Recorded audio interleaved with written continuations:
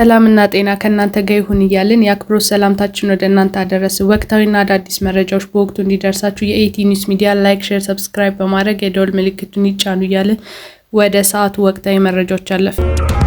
በቅድሚያም አሜሪካ የታገቱ ሰዎችን በተመለከተ ከሐማስ ጋር ቀጥተኛ ድርድር ማድረጓን ገልጸዋል። የአሜሪካ ፕሬዝዳንት ዶናልድ ትራምፕ ሐማስ በጋዛ ያገተቻቸውን ሰዎች እንዲለቁ መጨረሻ ማስጠንቀቂያ ሰጡ። ዶናልድ ትራምፕ በትሩዝ ማህበራዊ ሚዲያ ገጻቸው ላይ በለጠፉት ረጅም ጽሑፍ እስራኤል በጀመረችው ለመጨረሻ እንዲያስችላት የሚያስፈልጋትን ሁሉ እየላኩ ነው።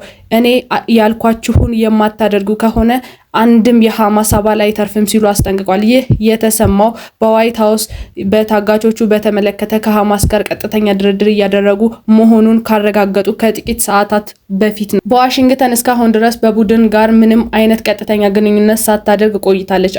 አሜሪካ በአሸባሪነት ከዘረዘረቻቸው ቡድኖች ጋር ቀጥተኛ ግንኙነት እንዳትፈጥር የሚከለክል ፖሊሲ አለ። ትራምፕ በማህበራዊ ሚዲያ ገጻቸው ላይ ታጋቾቹ ካልተለቀቁ የምትከፍሉት ዋጋ ከባድ ነው ሲሉ ያስጠነቀቁ ሲሆን ወደ እስራኤል እየላኩ ያለውን ድጋፍ ምንነት ግን ይፋ ሳያደርጉ ቀርተዋል። አክለውም ሁሉንም ታጋቾች አሁኑኑ የገደላችኋቸውንም ሰዎች አስክሬን ሁሉ በአስቸኳይ መልሱ፣ አለበለዚያ ግን ከእናንተ ጋር ማብቂያ ይሆናል ሲሉ አክለዋል። አመራሩ ጋዛን ለቆ ለመሄድ ያላቸውን እድል አሁን ነው። ትራምፕ በጋዛን የሚኖሩ ንጹሃን ዜጎችን መጪው ጊዜ ብሩህ ነው። ይህ የሚሆነው ግን ታጋቾቹ ደብቃችሁ እስካላቆያችሁ ድረስ ነው። ይህ የምታደርጉ ከሆነ ጠብቃችሁ ሞት ነው ብለዋል። ትራምፕ በሐማስ የሚያስፈራሩበት ይህ የመጀመሪያ አይደለም። በታህሳስ ወር ፕሬዝዳንት ስልጣናቸውን ከተረከቡበት ወቅት ታጋቾቹ ካልተለቀቁ ሐማስ የሚከፍለውን ዋጋ የከፋ ይሆናልም ብለዋል። ትራምፕ አዲሱ ማስጠንቀቂያ ያስተላለፉት በቅርቡ ተኩስ አቁም ከተፈቱ ታጋቾች ጋር በዋይት ሀውስ ከተገናኙም በኋላ ነው። ይህ በእንዲህ እንዳለ በዋይት ሀውስ የፕሬስ ሴክሬታሪ ክሮሊ ሌቪት በአሜሪካ ታጋቾች ለማስለቀቅ ከሐማስ ጋር በቀጥተኛ የተደራደረች መሆኑንም አረጋግጠዋል። እስራኤል በንግግሩ በፊት በጉዳዩ ላይ ሀሳቧን መጠየቋን አክለው ተናግረዋል።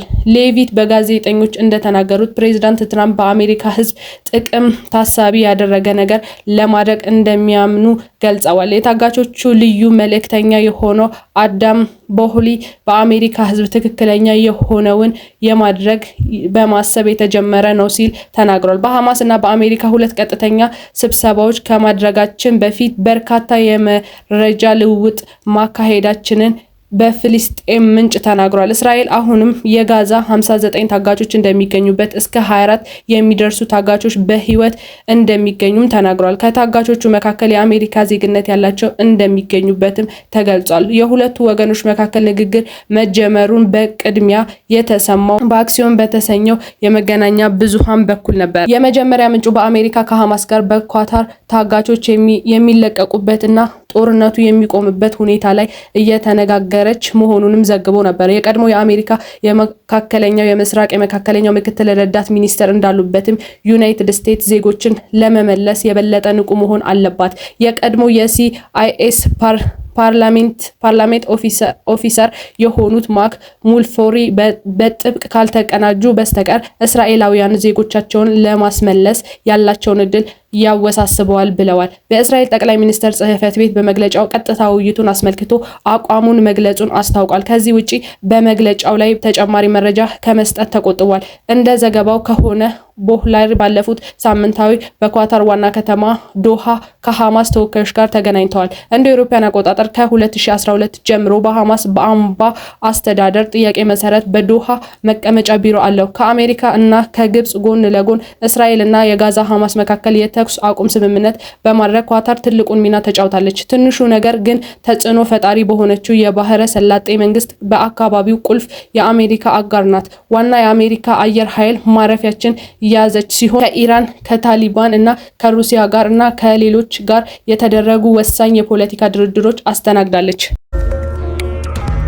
በመጨረሻም አውሮፓውያኑ የታሪክ እጥፋት ላይ ትገኛለች ሲሉ የፈረንሳይ ፕሬዝዳንት አስጠነቀቁ። የፈረንሳይ ፕሬዝዳንት ኢማኑኤል ማክሮን አውሮፓውያን የታሪክ እጥፋት ላይ እንደምትገኝ በብራሰልስ የመከላከያ ልዩ ምክር ቤት በተሰበሰቡበት አውሮፓውያን መሪዎች ተናግሯል።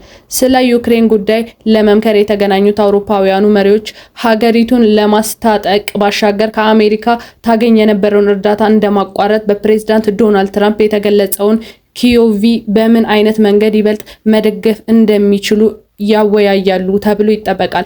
የዩክሬን ፕሬዝዳንት ቭላዲሚር ዜሌንስኪ በስብሰባው ላይ እንዲሳተፉ ተጋብዟል። ባለፈው ሳምንት መጨረሻ ፕሬዝዳንት ትራምፕ እና ፕሬዝዳንት ዜሌንስኪ በነጩ ቤተ መንግስት ካደረጉት ንትርክ ወዲህ አውሮፓውያኑ ያለው የመረበሽ ስሜት እና ስጋት ጨምሯል። ከትራምፕ አስተዳደር የሩሲያ ፕሬዝዳንት ቭላዲሚር ፑቲን ያሳዩት አቀራረብ አውሮፓውያኑ ከደህንነታቸው አሜሪካ ላይ መተማመን እንደማይችሉ በማሳየት ብዙዎችን የአውሮፓውያን መሪዎች ላይ ስጋት ፈጥሯል።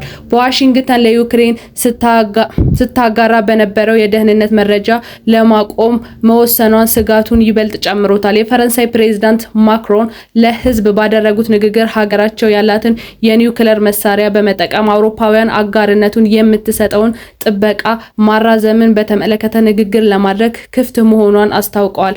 ቀጣዩ የጀርመን ፓንሰር ይሆናል ተብሎ የሚጠበቁት ፍሬድሪሽ ሜርዝ በበኩላቸው የኒውክሌር ክፍፍል እንዲጨምር ጥሪ አቅርበዋል። በአውሮፓውያኑ ኮሚሽን ኃላፊ በአዋቂነት እድሜያቸው አይተን የምናውቀው መጠን የአውሮፓውያኑ ግብጽና ድርስ አደጋ ተጋርጦባታልም ብለዋል። በአውሮፓውያኑ ምክር ቤት ፕሬዝዳንት አንቶኒዮ ኮስታ ለዩክሬን እና በአውሮፓውያን ደህንነት ወሳኝ ጊዜ መሆኑንም ገልጸዋል። የአውሮፓውያኑ ኮሚሽን ኃላፊ ኡርሱላ ቫን ዴር ሌይን በአውሮፓውያኑ መሪዎች የላኩት ደብዳቤ አህጉሪቱ ጊዜውን መዋጀት እንዲሁም ያላትን ኢንዱስትሪ እና ምርታማ ኃይል በማቀናጀት ወደ ጸጥታ ግቦች መምራት እንደሚገባትም አሳስበዋል። ኃላፊዎቹ ሪአል አውሮፓውያን የተሰኘውን በዚህ የቀደም ታይቶ የማይታወቀውን የመከላከያ ድጋፍ ይፋ አድርገዋል። በአውሮፓውያን የመከላከያ በጀት በግዙፍና በአስፈላጊነት ፍጥነትና ፍላጎት በማሳደግ እጅግ ዝግጁ መሆኑንም ገልጸዋል። ቫን አውሮፓውያኑ እቅድ